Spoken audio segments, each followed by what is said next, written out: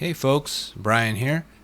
In my previous video, I installed a narrow-wide chainring to try to prevent the chain from dropping, but as soon as I took it out, the chain dropped.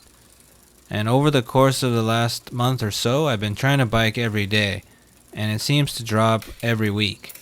So I finally took the advice of some fellow community members on the electric bike review forums, and I installed a 116 link chain instead of the stock 128 link chain, and so far it seems to be working really well.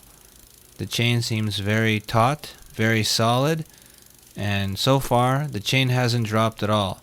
So I think now the narrow wide chainring plus this 116 link chain is the solution to the CCX chain drops. So first, I did watch a Park Tool video on changing the chain, and so I took a video to note the positions of the derailleur so I could check with the video if they were too tight or in the right positions.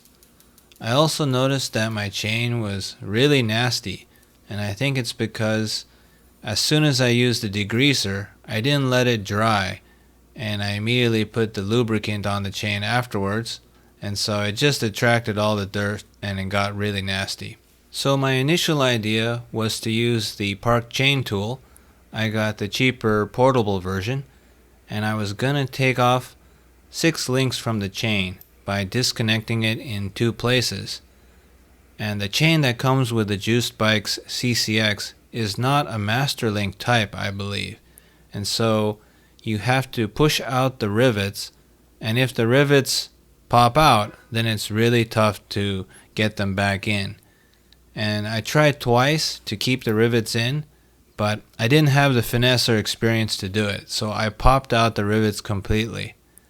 Eventually, I realized I could practice and try to put it all back together, but I thought it was easier to just buy the KMC 116 link master link based chains, and KMC calls it a missing link, but that seemed a lot easier than trying to get the rivet pins and putting them back in, so I just decided to bite the bullet and buy the chain. Before I took the old chain off, I made sure to make a rudimentary diagram.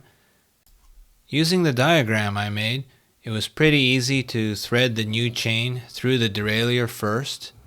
Then I put it on the narrow wide chainring, and using a couple rubber bands and zip ties, I fastened the derailleur in a way that gave it a lot of slack on the chain, and I used the master link and quickly put them together.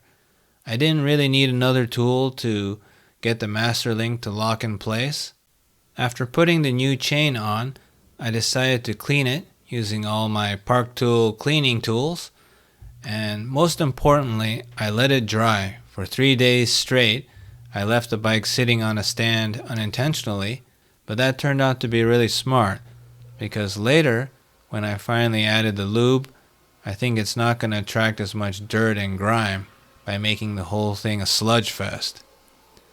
So this time when I put on the lube, I was a little bit smarter. I had a small glue bottle from another hobby, and I put the lube in there. Finally, I decided to shift through all the gears and do some derailleur adjustment, and now I can confidently get on my bike for that 15 to 30 minute daily ride to get my daily dose of vitamin D. But after 1 week of biking, I haven't had any issues.